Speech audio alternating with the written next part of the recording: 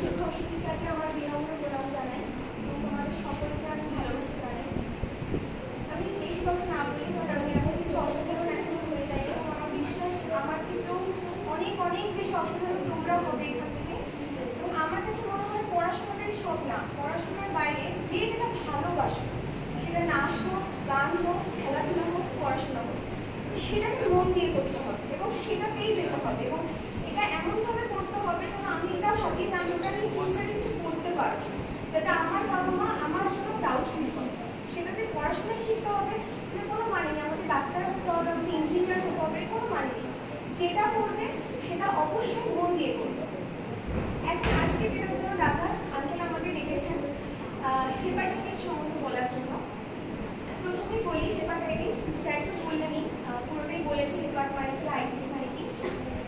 এখন সবাই মন দিয়ে শুনবে, কারণ এটা কিন্তু সবার মানে আমাদের প্রয়োজনীয় লাইফে এটা জানা খুবই গুরুত্বপূর্ণ। তাহলে হেপাটাইটিস আমাদের 5 ধরনের আছে, এ, বি, সি, ডি এবং ই।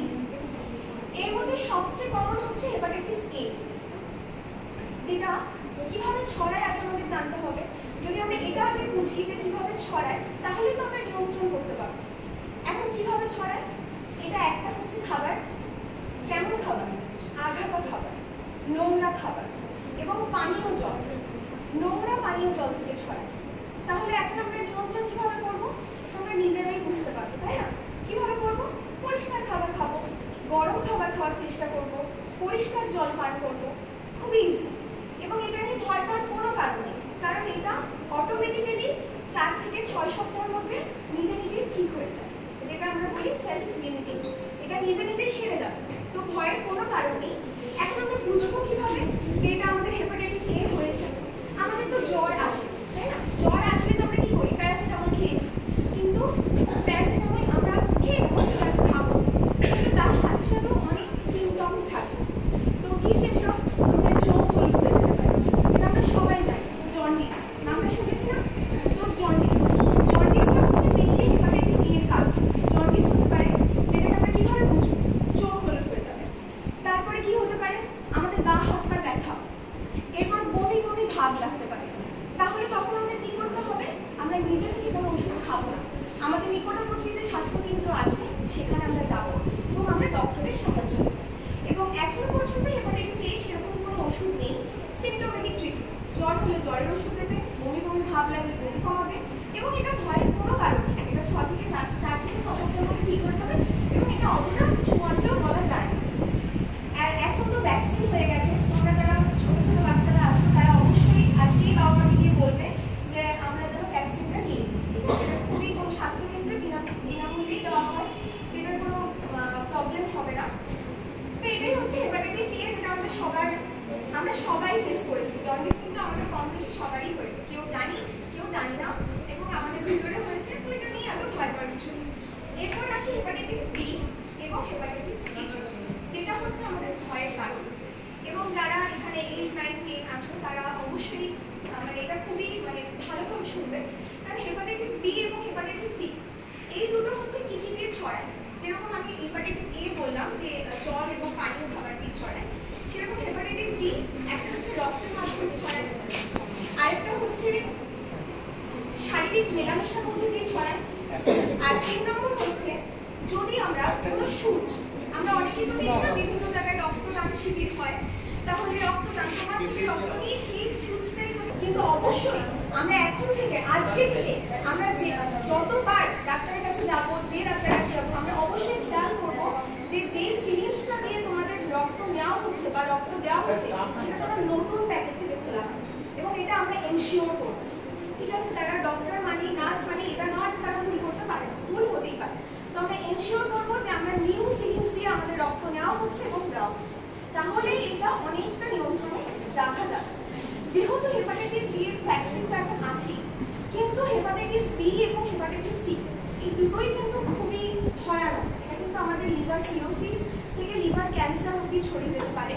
তো তার জন্য আমি যেগুলো বললাম যে কীভাবে ছড়ায় রক্তের মাধ্যমে, এটা দেখতে হবে, যেটা বললাম সিরিঞ্জ, শারীরিক মেলামেশা, এটাকে নিয়ন্ত্রণ রাখতে হবে।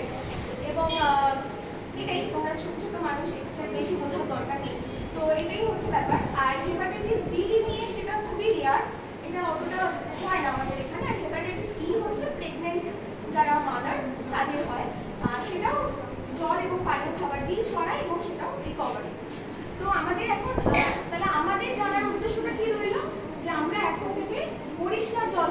খাবো? পরিষ্কার খাবার খাবো, কোনো আঢাকা রাস্তার খাবার খাবো না, তাই তো? তাই তো খাবো না। এবং আমরা ডক্টরের কাছে গিয়ে দেখবো অবশ্যই যেন আমাদের সিরিঞ্জটা নতুন হয়। এবং আজকেই গিয়ে আমরা বাবা মাকে বলবো, আমরা বাবা মাকে জিজ্ঞেস করবো, মা বাবা আমরা কি ভ্যাকসিন নিয়েছি?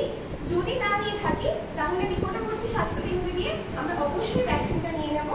ভ্যাকসিনটা ছোট বয়সেও নেওয়া যায় এবং বড় বয়সেও নেওয়া যায়।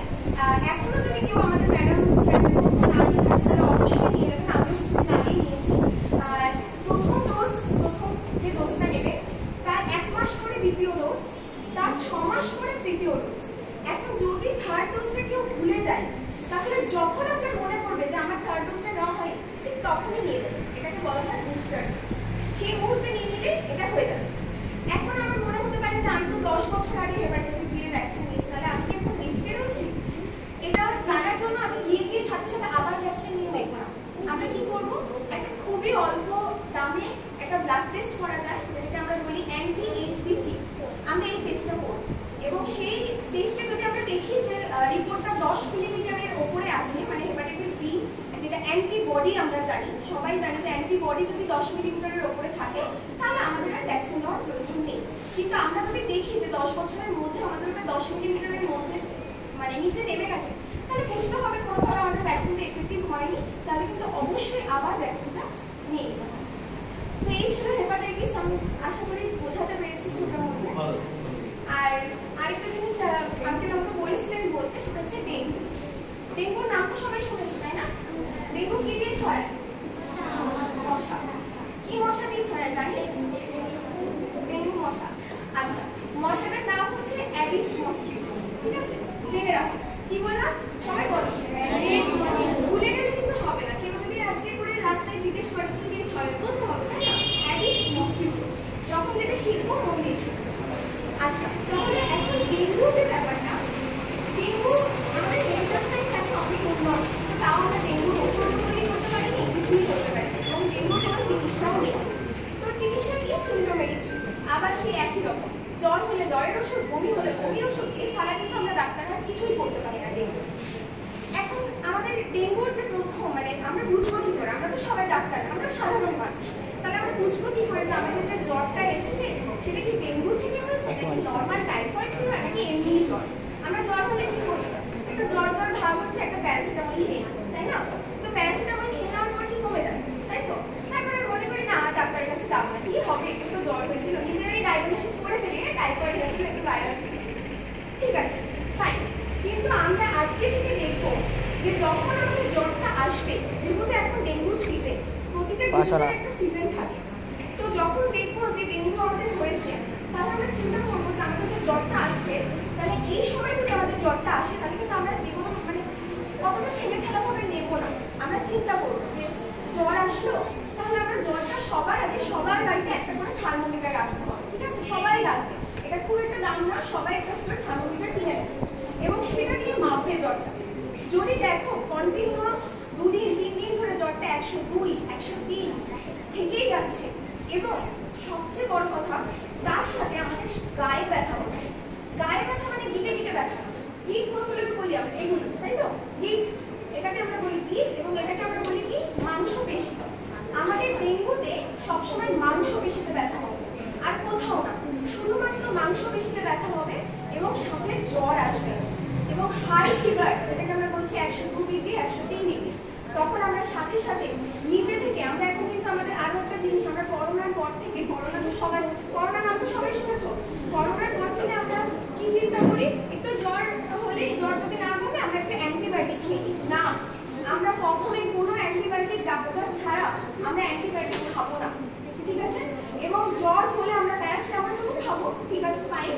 তারপর আমরা ডক্টরের কাছে যাবো এবং সে যদি তোমাকে টেস্ট করতে দেয় তাহলে টেস্ট করবে, এবং টেস্ট করার পরে যদি তোমার ডেঙ্গু পজিটিভ আসে তাহলে ডক্টর যেভাবে বলবে সেইভাবে তোমরা চলবে। ঠিক আছে সবাই?